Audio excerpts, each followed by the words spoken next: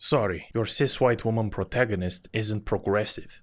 The recent article that complains about how making cis-white woman characters is not enough for gaming companies, and how they won't get away with it, and how they are not helping the progressive values. Cis-white woman is just a word some people who claim to represent LGBTQ people invented, so that they put the straight woman as just a part of the other 70 genders, and not in any way superior or something.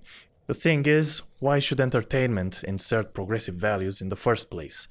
Why should we insert agendas and biases in our media? Everyone is acting like it's normal, and you just have to promote progressive values as a company no matter what you do.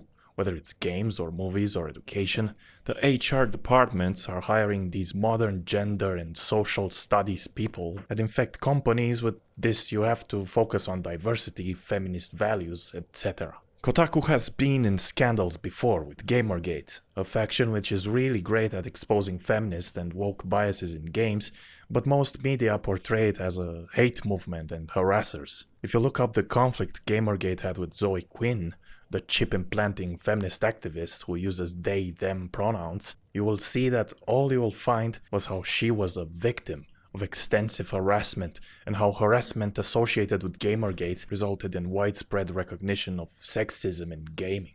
No, it didn't. It actually led to a more aware gaming audience that called out people like Anita Sarkeesian for her nonsense theories. The number of dislikes on anything with a woke bias in it skyrocketed. And in fact, people like them are the minority. We just want honest games and not push for diversity and other agendas. How is that bad?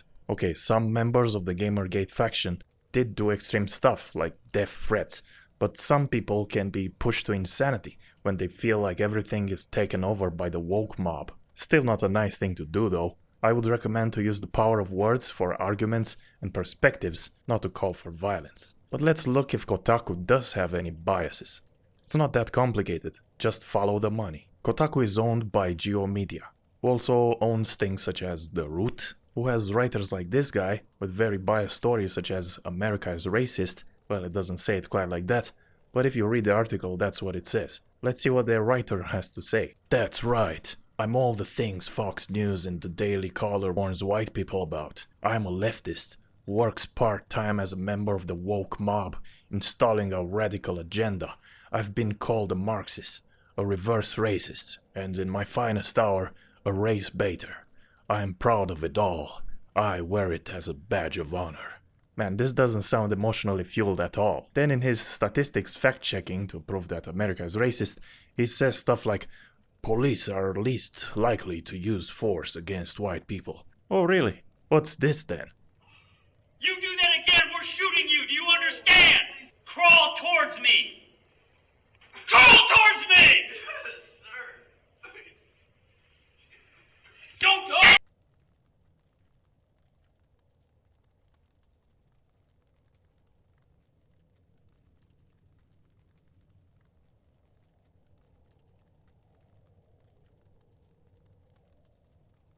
Well, he does say some valid points about how black people make less money than whites, but the way it's written just reminds me of how feminist articles are written.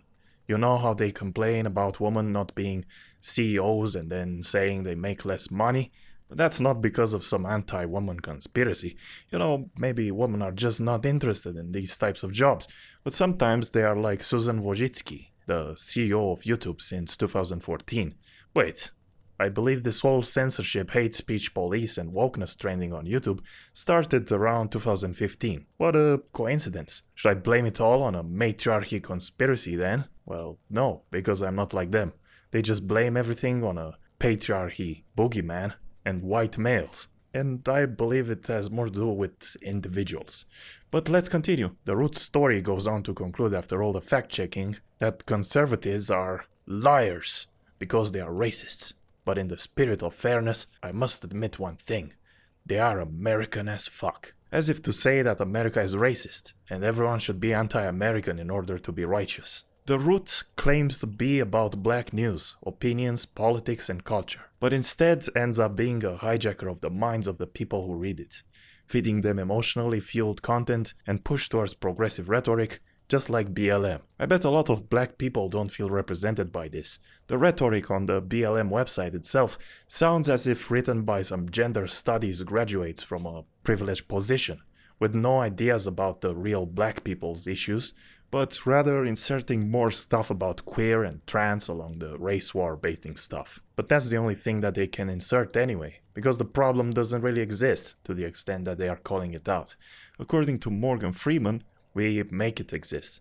And in the United States, even if you are from a minority, if you commit to your dreams 100% and are disciplined about it, you will make it. There is no boogeyman, and you are responsible for your own destiny. Do you think that race plays a part in wealth distribution, or either a mindset that you can't Today? or cannot? Yeah. No, You don't? no, I don't. Hey, you and I, we're proof. Why would race have anything to do with it? Put your mind to what you want to do and go for that. It's kind of like religion to me. It's a good excuse for not getting there. Yeah. You know, I said, and it's probably get me in trouble, but I said to some of my colleagues recently, so I know that it's an issue, but it seems like every single day on television I'm talking about race, and it's because of the news cycle, it's in the news, but sometimes I get so tired of talking about it, I want to just go, this is over, can we move on? And if you talk about it, it exists. Right. Yeah. It's not like it exists and we refuse to talk about it, but making it a bigger issue than it needs to be is the problem we have. But let's see what else GeoMedia owns. Jezebel, a US-based feminist website featuring news and cultural commentary geared towards women. Its editor-founder, Holmes, hated glamour's worship of luxury, the lack of racial diversity, and the shallowness of women's publications generally. So now they have very inspired, meaningful articles for women, such as this brick wall of text here, which denies the existence of cancel culture and calls those who talk about it attention seekers, or recommending great books with near universal acclaim by Tori Peters. This one is called Detransition, Baby. But don't let the title fool you, because they describe it as being a sort of baptism for the fighting words about trans misogyny, reproductive rights issues, modern queerness, a punk utopia for trans girls. Man, that's not the baptism I'm interested in.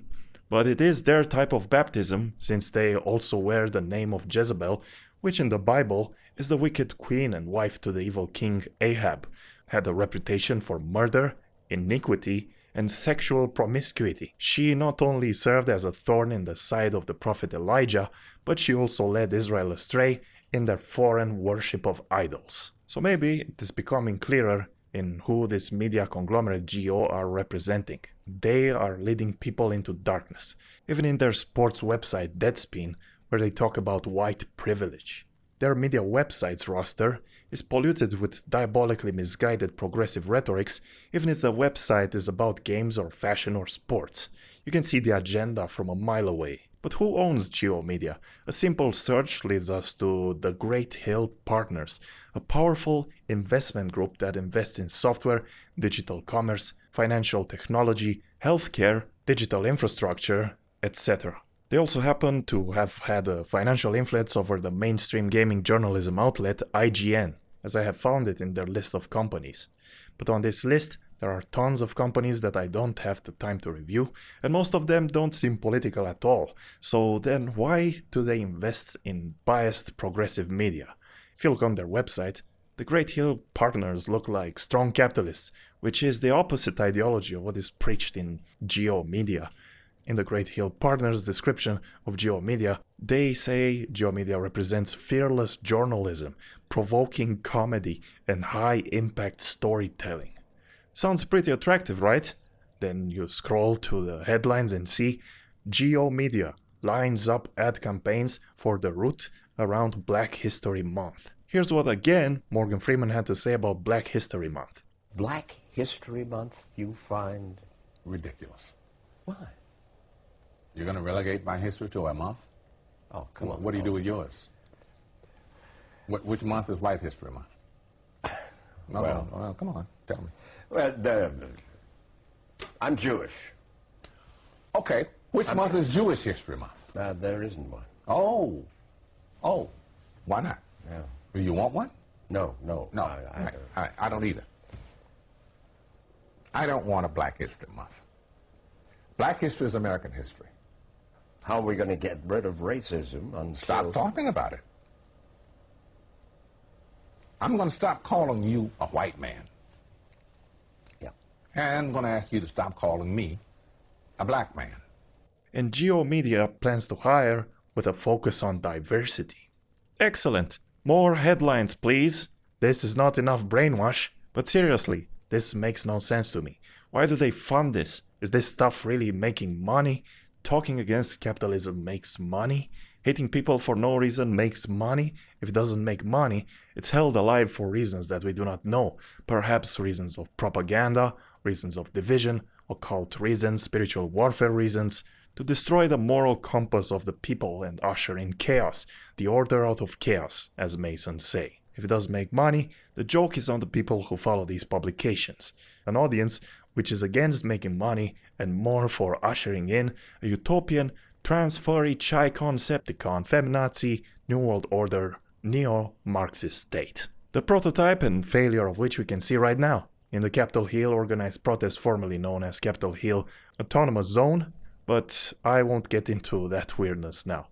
So this concludes my analysis and short presentation of how progressive views are forced through the media conglomerate GeoMedia, which includes Kotaku and its affiliates, and like them there are many others, and we should try to find them and expose them for the purpose of knowing who are the architects of a fake reality. So when you feel like the media surrounding you is depicting a reality completely different to what you believe, know that it's only a funded show to make you think that you are alone and everyone else is against you, to drive you insane, to put you in fight or flight mode, and to ultimately make you surrender and join the Borg. So don't surrender, stay strong, and don't believe the New World Order media conglomerates. This is Vostov Vlad, signing out.